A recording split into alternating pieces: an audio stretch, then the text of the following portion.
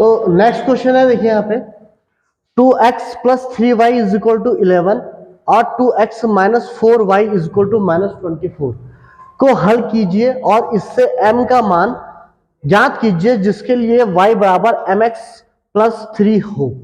आपसे m का मान पूछ रहा है, तो यानी आपको m निकालना है। तो आप सबसे पहले आप देखेंगे m वाली समीकरण कौन सी है। तो आप गए, आपने कहा कि y बराबर mx प्लस 3, इसमें है m और तो कोई है नहीं m, यहाँ m, ये m निकालना है।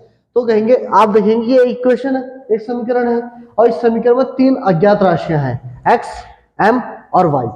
अब एक समीकरण से 2 नहीं निकल पाती, 3 कैसे निकलेंगे? तो क्या करें? तो उसके लिए देखिए हम ये देखेंगे कि m निकालना है। तो अगर x और y हमें पता चल जाए, x और y का मान हमें पता हो कि x बराबर कितना रखना है, y बराबर कितना रखना है, तो हम x और y यहाँ रखेंगे और पूरी समीकरण में m बच जाएगा, उसको हल करेंगे m निकल जाएगा। अब बात आती है कि x और y कहाँ से निकलेगा। तो यहाँ पे देखिए x और y कहाँ से निकलेगा, एक समीकरण हमें ये दी हुई है और एक ये दी हुई है। तो ये दो आपको दो चर वाली एक ही समीकरण दी हुई है।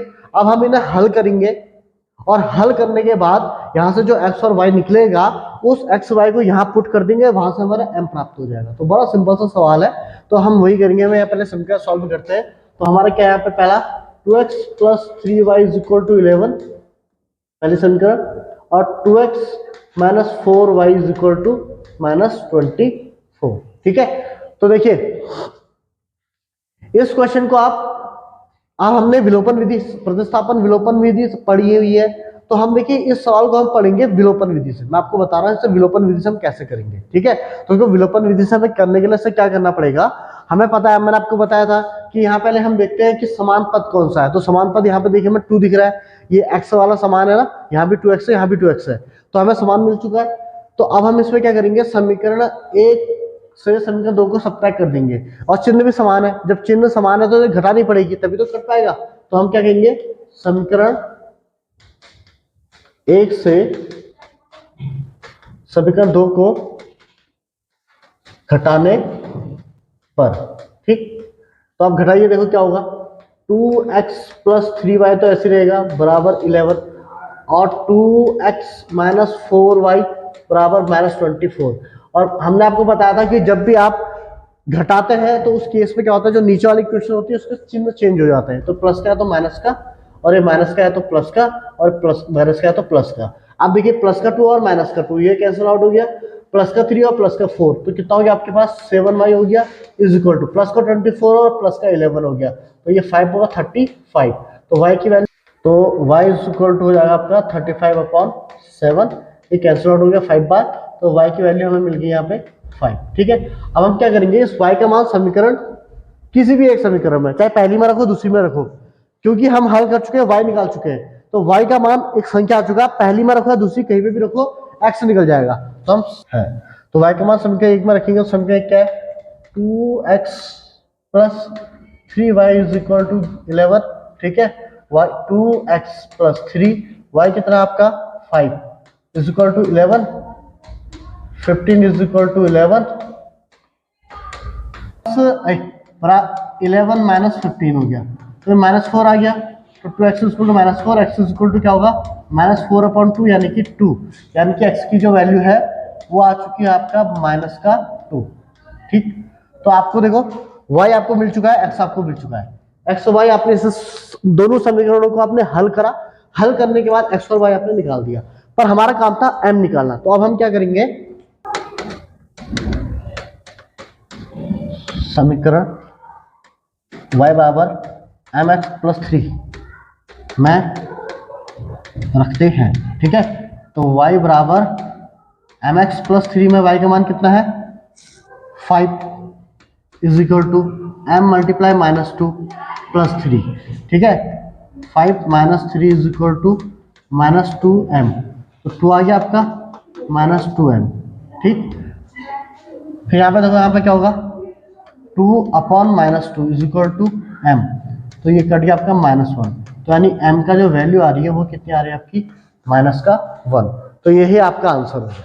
ठीक है, तो देखिए क्या किया हमने x और y की वैल्यू निकाली है, उसको हमने क्या किया, x और y का मान समीकरण y बराबर mx प्लस 3 पे रखते, तो y बराबर mx प्लस 3, y की वैल्यू हमने लिखा 5, बराबर के बदले बराबर, m के बदले m, मल्टीप्लाई है बीच में तो मल्टीप्लाई x इक्वल टू -2 हो जाएगा। अब प्लस और 3, अब क्या हो गया, ये प्लस का 3 है यहाँ जाएगा, ये प्लस का 3 यहाँ था, माइनस का 3 हो गया, 2 आ गया आपका, ये क्या हो गया -2m हो गया क्योंकि मल्टीप्लाई हो रही है, -2m इक्वल टू 2 आ गया, और ये मल्टीप्लाई में है 2, -2 मल्टीप्लाई में है तो डिवाइड में चल जाएगा, तो डिवाइड में क्या 2 से 2 कट गया 1 आ गया, तो -1 इक्वल टू m, तो m की वैल्यू कितनी आ चुकी है आपकी -1, ठीक। अब नेक्स्ट सवाल है, दो संख्याओं का अंतर 26 है, एक संख्या दूसरी की 3 गुनी है, उन्हें ज्ञात कीजिए। तो जब भी देखो इस तरह के भाषा वाले क्वेश्चंस आते हैं, आप याद रखिए कि इसमें 2 लाइनें होंगी, पहली लाइन से आप पहली समीकरण बनाओगे और दूसरी लाइन से आप दूसरी समीकरण बनाओगे, फिर उनको आपस में हल करेंगे और एक्स वाई निकाल लेंगे, तो यही इनका तरीका होता है। तो अब देखिए पहली लाइन से यहाँ पे क्या हुआ है, दो संख्याओं का अंतर 26 है, तो अगर हम मान लेते संख्या क्या मान लेते हैं हम, माना पहली संख्या बराबर x, माना दूसरी संख्या बराबर y, मान लिया। प्रश्नानुसार, प्रश्नानुसार मतलब प्रश्न के अनुसार, अकॉर्डिंग टू क्वेश्चन क्या कह रहा है कि दोनों का अंतर 26 है, हम बड़ी x को बड़ा मान लेते हैं, तो x माइनस वाई कितना आपका 26 हो गया, पहले समीकरण। ये तो कह रहा है ना दोनों का अंतर, यानी कि x में से अगर हम y को सब्ट्रैक्ट कर लेंगे, इसका अंतर निकालेंगे, तो दोनों का अंतर है, यानी कि x माइनस वाई कर लेंगे तो 26 आपका आ जाएगा पहली समीकरण। यहां से आपका इस लाइन से आपकी बन गई पहली समीकरण, अब इस लाइन से बनेगी दूसरी समीकरण। अब क्या कह रहा है कि एक संख्या दूसरी की 3 गुनी है, तो प्रश्नानुसार,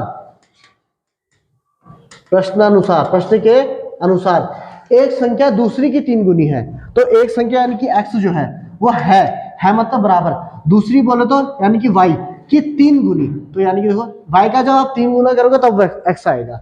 अच्छा यहाँ पे एक चीज आपको समझा दो, यहाँ समझो, यहाँ पे एक बच्चे कभी कभी क्या करते हैं, जैसे उन्होंने एक्स वाई मान लिया, तो वो यहाँ पे क्या करते हैं, एक संख्या y है वो कर देंगे x का 3 गुना, ये गलत हो जाएगा, ये संख्या गलत मानी जाएगी, y बराबर 3x से गलत होगा। क्यों? क्योंकि हमने पहली समीकरण में माना है x में से y घटा के हमारा 26 आ रहा है और प्लस है, पॉजिटिव आ रहा है, तो यानी कि x बड़ा y छोटा, x बड़ा होगा y से, तभी तो उसको सब्ट्रैक्ट करके प्लस का 26 आ रहा है, तो यानी x को बड़ा लेना है, तो x को बड़ा लेना है, तो यहाँ तो x से छोटा हो जाएगा, y बड़ा हो जाएगा, क्योंकि y x का 3 गुना है तो y बड़ा हो गया, और इसमें क्या है x बड़ा है और y छोटा हो जाएगा, तो इसलिए हमारी याली करेक्ट होगी, ये गलत हो जाएगी। ये बच्चे गलती करते हैं, इसलिए मैंने यहाँ पे बता दिया, तो आपके पास दूसरी समीकरण आपको मिल चुकी है यहाँ पे, ठीक है। अब हमारा काम क्या होगा, हमारा होगा कि हम देखते समीकरण 2, अब प्रतिस्थापन विधि या किसी भी विधि से अगर आप करोगे, आपको पता देखो यहाँ से विलोपन विधि किसी विधि से करोगे, प्रतिस्थापन विधि से ज्यादा आसान है, क्योंकि x की वैल्यू ऑलरेडी आपको दी हुई है x बराबर। तो हम क्या करेंगे, सीधा सीधा हमारा काम था समीकरण 2 से हम x या y का मान निकालेंगे प्रतिस्थापन विधि से, तो जब हम निकालेंगे तो हमें दिख रहा है कि इससे मान निकालने से अच्छा क्या है, हमारा यहाँ ऑलरेडी मान निकला हुआ है, x बराबर 3y ऑलरेडी है आपके पास, तो समीकरण 2 जो है यहाँ समीकरण 3 का काम कर रही है, समीकरण 2 समीकरण 3 का काम कर रही है। तो हम क्या करेंगे, डायरेक्ट समीकरण 2 से x का मान समीकरण 1 में रख देंगे। हम क्या करेंगे, समीकरण 2 से x का मान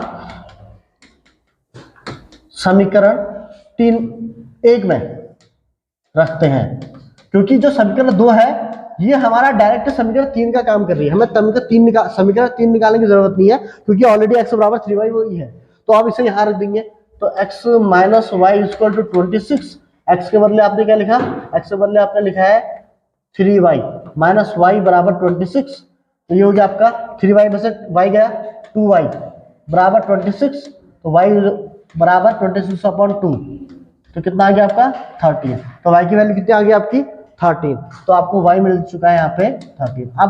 अब निकालेंगे हम x, तो x कैसे निकलेगा, देखो y की वैल्यू आप समीकरण 2 में रखो तो x आ जाएगा कि नहीं आ जाएगा, बिल्कुल आ जाएगा। तो हम क्या कहेंगे, y का मान समीकरण 2 में रख दीजिए, 1 में भी रख के आ जाएगा, पर समीकरण 2 में आसानी से निकल जाएगा,